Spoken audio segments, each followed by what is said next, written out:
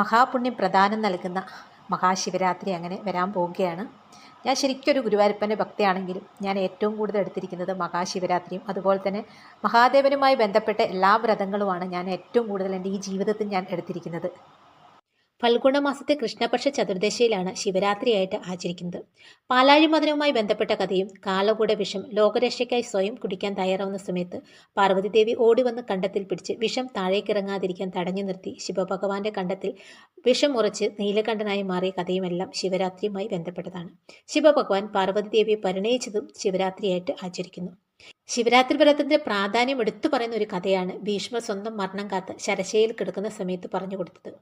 മഹാഭാരതത്തിലെ ശാന്തിപർവത്തിലാണ് ഈ കഥ വരുന്നത്. പ്രശസ്തനായ ഒരു രാജാവായിരുന്നു ചിത്രഭാനു. അദ്ദേഹം കടുത്ത ശിവഭക്തനായിരുന്നു. അദ്ദേഹം ഒരു ദിവസം ശിവരാത്രി വ്രതമെടുത്ത് പ്രാർത്ഥിച്ചിരിക്കുന്ന സമയത്ത് അഷ്ടവക്രമുനി അവിടെ എത്തുകയും ശിവരാത്രി വ്രതത്തിന്റെ മാഹാത്മ്യം മനസ്സിലാക്കാൻ അഷ്ടവക്രമുനി ഒരു കഥ പറയുകയുണ്ടായി. ഒരിടത്ത് സുസർണൻ എന്നൊരു വേടനുണ്ടായിരുന്നു. ഒരിക്കൽ അദ്ദേഹം വേട്ടയാടാൻ പോയ സമയത്ത് വഴിതെറ്റി ഉൾക്കാട്ടിലെത്തി. ഇരുട്ടായിട്ടും അദ്ദേഹത്തിന് പുറത്തു കടക്കാൻ സാധിച്ചില്ല. നിറയെ വന്യമൃഗങ്ങളുള്ള കാട്ടിൽ ജീവരക്ഷയ്ക്കായി ഒരു മരത്തിന് മുകളിൽ കയറി ഇരിപ്പായി. അദ്ദേഹം ഇരുന്നത് ഒരു കൂവള മരത്തിന്റെ മുകളിലായിരുന്നു. രാത്രി ഉറക്കം വരാതിരിക്കാൻ വേണ്ടിയിട്ട് ഓരോ കൂവള ഇലകളും പറിച്ച് താഴേക്ക് ഇട്ടുകൊണ്ടിരുന്നു. ഭക്ഷണവും വെള്ളവും കിട്ടാതെ ക്ഷീണിച്ച അദ്ദേഹം തന്റെ ദുർവിധി ഓർത്ത് കരഞ്ഞു. ആ കണ്ണീർ തുള്ളികൾ താഴേക്ക് വീഴാനും തുടങ്ങി. നേരം വെളുക്കാൻ തുടങ്ങിയപ്പോൾ മൃഗങ്ങളെല്ലാം പോയി. അദ്ദേഹം പതുക്കെ താഴെ ഇറങ്ങി പതുക്കെ പുറത്തു കടന്നു. കയ്യിൽ ബാക്കിയുണ്ടായിരുന്ന പണം കൊടുത്ത് കുറച്ച് ഭക്ഷണം വാങ്ങി. വിശന്ന് വലഞ്ഞ വേടൻ ഭക്ഷണം കഴിക്കാൻ വേണ്ടി തുടങ്ങുമ്പോൾ അവശനായി ഒരു വൃദ്ധൻ മുന്നിലെത്തുകയും ഒന്നും കഴിച്ചിട്ടില്ലെന്നും വിശന്നിരിക്കുകയാണെന്നും പറഞ്ഞു. ഒരു മടിയും കൂടാതെ വേടൻ തന്റെ ഭക്ഷണത്തിന്റെ പാതി അദ്ദേഹത്തിന് കൊടുത്തു. ഭക്ഷണം കഴിച്ചു കഴിഞ്ഞ് വേടൻ തിരിഞ്ഞു നോക്കിയപ്പോൾ വൃദ്ധനെ കാണാനില്ല. അവിടെ ഒരു ദിവ്യരൂപം പ്രത്യക്ഷപ്പെട്ടു.